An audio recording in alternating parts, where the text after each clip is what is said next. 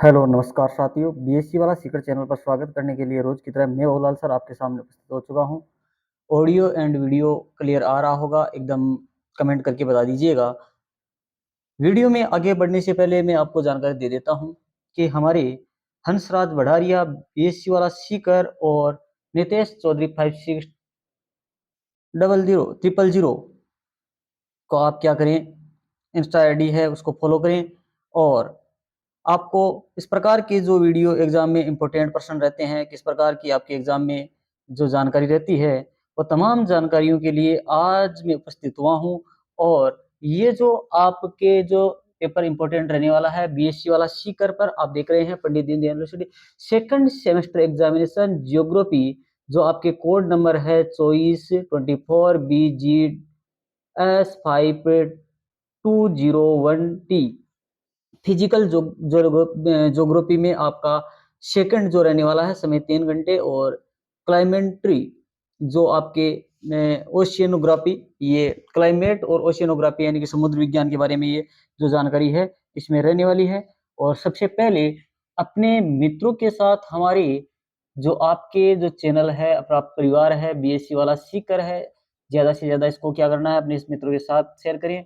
और 5K का target है जो जल्दी ही इसको अचीव करवाएं, इसमें मदद करें, क्योंकि आप लोगों के सहयोग से ही, आपके लोगों के प्रयास से ही हम आगे बढ़ पाते हैं। और आप लोगों के जो जो हम रिव्यू रिव्यू दिया जाता है, कमेंट दिया जाता है, उसी के आधार पर हमें आगे बढ़ने का मौका मिलता है। और साथ ही आपके लोगों के प्रेरणा के कारण ही हम ये लगातार वीडियोज आपके सामने उपस्थित करा पाते हैं।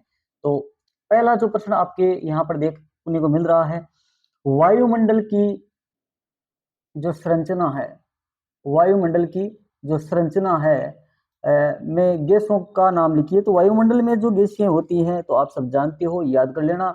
नोटबुक आपके पास है तो उसको साइड में लिख भी लेना, क्योंकि बहुत इंपॉर्टेंट रहने वाला है। नाइट्रोजन 78.08% होती है, 78% नाइट्रोजन होती है। ऑक्सीजन 20.95% है, ऑर्गन 0.93% है, कार्बन डाइऑक्साइड 0.04% है। ध्यान रहे, दोबारा बता देता हूं, नाइट्रोजन 78.08%, ऑक्सीजन 20.95%, ऑर्गन 0.93% और कार्बन डाइऑक्साइड 0.04% है। इसके अतिरिक्त नियोन है, हीलियम है, क्रिप्टोन है, ओजोन है, जलवाष्प आदि जो होता है वो वायुमंडल में आपके उपस्थित होता है। अगला प्रश्न आप देखिएगा, सूर्य ताप को प्रभावित करने वाले दो कारक बताइए। सूर्य ताप को जो प्रभावित करते हैं कौन कौन से कारक होते हैं? तो सूर्य ताप को प्रभावित करने वाले सूर्य की किरणों का आपतन कोण, क्योंकि किरणें जितनी सीधी पड़ेगी उतना अधिक सूर्य ताप मिलेगा। सीधी किरण मतलब था ऊपर सूर्य आके खड़े हो जा सर जी, तो बुड्ढो ऊपर क्या खड़े करो, अरे बावड़ो होगी। हाँ, तो सूर्य का मतलब सीधा एकदम चमकेगा। राजस्थान में आपको पता है कि जून के माह में चमकता है और वो डेट आपकी 21 जून होती है। इसलिए जून के महीने में कड़ाके की धूप पड़ती है, कड़ाके की ठंड भी होती है सर। अरे होती है लाडलो, मुझे भी बताया, कड़ाके की ठंड भी होती है, कड़ाके की धूप भी हो सकती है सर। धूप तो लू चल रहा है, हाँ चल रहा है मनवीर। तो ध्यान रहे, तो दिन में अवधि क्या होती है, दिन लंबा होगा, सूर्य ज्यादा चमकेगा तो दिन लंबा होता है और अधिक सूर्य ताप यहाँ पर मिलता है। तो अगला प्रश्न है, वायु दाब की पेटियों के नाम लिखिए। तो वायु दाब की पेटियों के बारे में आप बताते हैं, तो मैं बता देता हूं। विश्वतीय निम्न वायुदाब पेटी, उपोष्ण वायुदाब पेटी, उपध्रुवीय वायुदाब पेटी, ध्रुवीय वायुदाब पेटी, इसमें ये आपकी वायुदाब पेटी रहने वाली है। अगला प्रश्न है, स्थानीय पवनों के दो उदाहरण लिखिए। तो स्थानीय पवनागमान मतान बता दियो।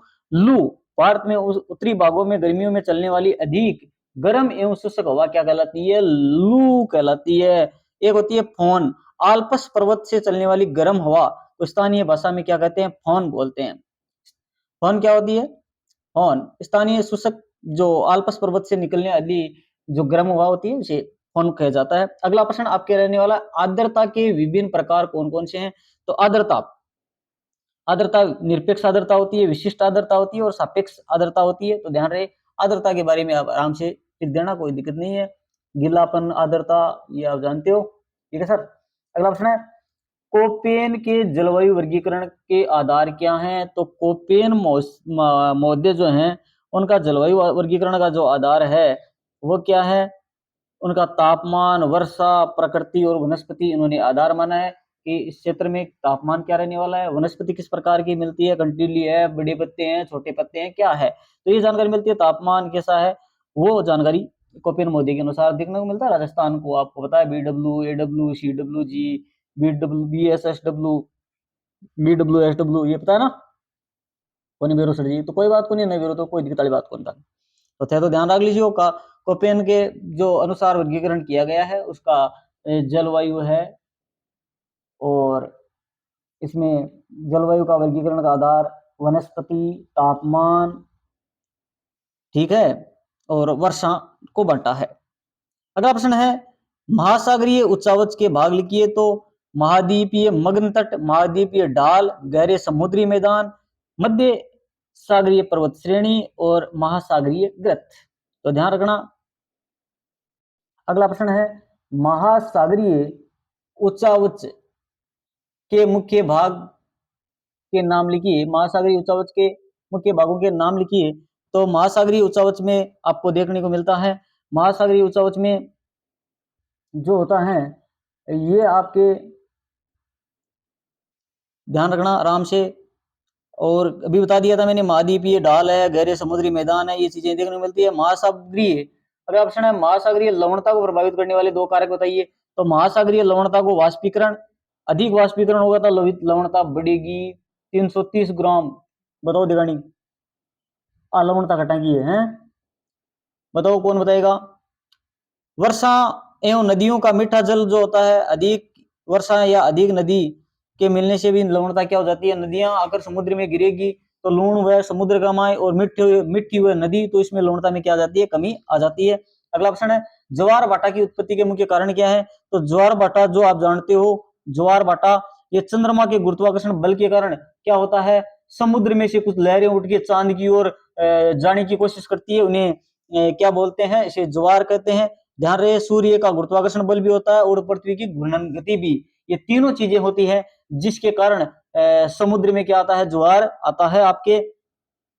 अगला प्रश्न है ब्लू इकोनॉमी से क्या तात्पर्य है। तो ब्लू इकोनॉमी का अर्थ है महासागरों और समुद्री संस्थानों का सतत एवं पर्यावरण अनुकूलन के उपयोग के अधिक आर्थिक विकास और रोजगार तथा समुद्री पारिस्थितिकी का संरक्षण करना। ब्लू ब्लू समुद्र का ही नीलो है, पानी नीलो है नहीं, कौन का नहीं है, कमेंट करके बताइए।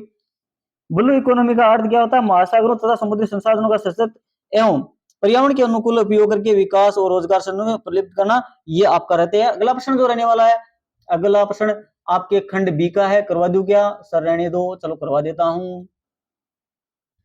अगला प्रश्न है भैया वायुमंडल के संगठन का विस्तार के वर्णन कीजिए।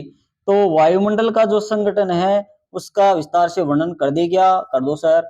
वायुमंडल पृथ्वी के चारों ओर गैसों का आवरण होता है या नहीं होता है, बचपन से पढ़ते आए हो वायुमंडल क्या होता है, वायुमंडल यही होता है सर जो आप बता रहे हो। क्या बता रहे हैं लाडलो, पृथ्वी के चारों ओर जो गैसें हैं उनका आवरण जो होता है वो वायुमंडल होता है, और गुरुत्वाकर्षण के कारण पृथ्वी से जुड़ा रहता है, यही जीवन के लिए अत्यंत आवश्यक है। हवा नहीं होगी तो आप क्या करोगे सर, कुछ नहीं कर पाएंगे, इसलिए हवा बहुत आवश्यक है या नहीं है, कौन कह रहा नहीं है।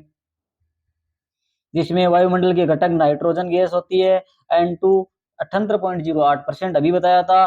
पौधों में वृद्धि के लिए सहायक होती है, दहन गति में नियंत्रित करती है। ऑक्सीजन 20.95 श्वसन के लिए और जलाने के लिए दहन। ऑक्सीजन की उपस्थिति में आग लगती है लाडलो, ठीक है सर। ऑर्गन निष्क्रिय गैस है कार्बन डाइऑक्साइड, ये प्रकाश संश्लेषण क्रिया के लिए उपयोगी होती है। ग्रीन हाउस में जो प्रभाव होता है उससे उत्पन्न होता है। अन्य गैसें नियोन, हीलियम, क्रिप्टॉन, जियोन और ओजोन। जलवाष्प जो होता है बादल वर्षा एवं मौसम में परिवर्तन का जो कारण होता है, धूल के कारण वर्षा की बूंदों के निर्माण होना, ये ठीक है। अगला प्रश्न है पृथ्वी के उष्मा बजट को समझाइए, पृथ्वी के उष्मा बजट को समझाइए। तो पृथ्वी का जो उष्मा बजट है ये क्या है, इसका आशय पृथ्वी द्वारा प्राप्त सौर ऊर्जा को अंतरिक्ष में वापस भेजी गई के बीच में संतुलन होता है। प्रक्रिया क्या होती है, सूर्य में ऊर्जा पृथ्वी तक पहुंचती है, लगभग 30% ऊर्जा बादलों वायुमंडल द्वारा परावर्तित होती है। लगभग 70% ऊर्जा जो होती है पृथ्वी महासागर में अवशोषित कर लेते हैं। बाद में पृथ्वी यह ऊर्जा तरंग विकिरण के रूप में अंतरिक्ष में वापस भेज देती है। महत्व क्या है? पृथ्वी का तापमान संतुलित रहता है, जलवायु एवं मौसम को नियंत्रित रहता है, जीवन संभव बनता है। तो ये चीजें इसमें रहने वाली। चक्रवात सब जानते हो, चक्र खा के गिरेगी नहीं सर। चक्रवात से आप क्या समझते हो? तो चक्रवात जो होते हैं दो प्रकार के होते हैं, एक उष्णकटिबंधीय चक्रवात होता है, दूसरा शीतोष्ण चक्रवात होता है। उष्णकटिबंधीय जो चक्रवात होता है 5 डिग्री से 20 डिग्री अक्षांशों के बीच उच्च समुद्र गर्म समुद्रों में बनते हैं।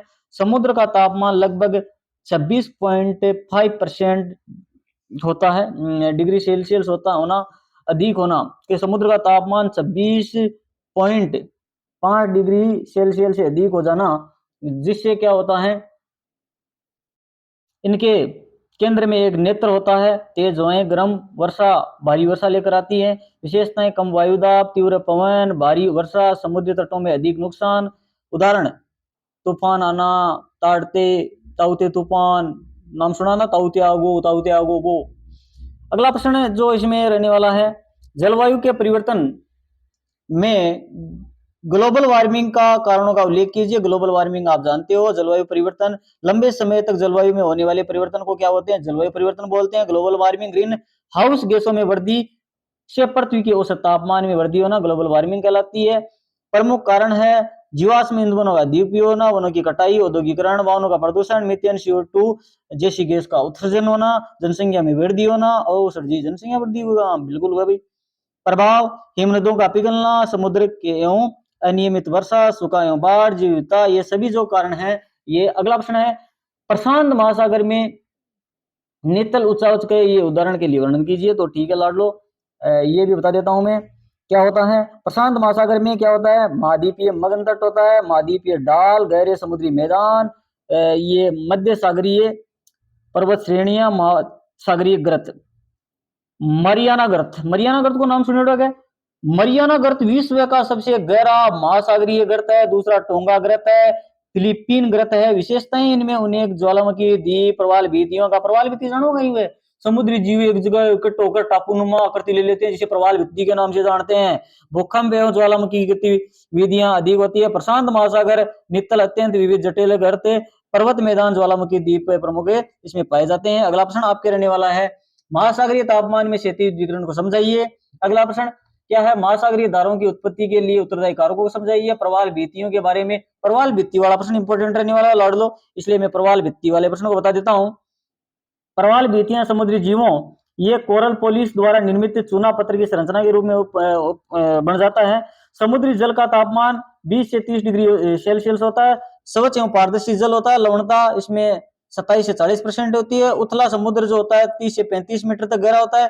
पर्याप्त सूर्य का प्रकाश, प्रदूषण रहित जल होता है। ऑक्सीजन युक्त जल होता है।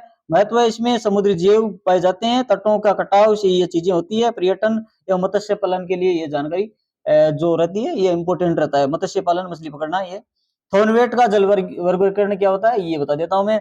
थॉर्नवेट में जलवायु का वर्गीकरण ये क्या माना इन्होंने, जन संतुलन, संभावित जल वाष्पोर्जन के आधार पर माना है। वर्षा, तापमान, वाष्पोर्जन, आर्द्रता, अति आर्द्रता, आर्द्र, उपाद्र, जिसमें ये अर्ध शुष्क शुष्क ये चीजें मानी है। तो ये चीजें रहती है। अम्लीय वर्षा के बारे में क्या जानती हो?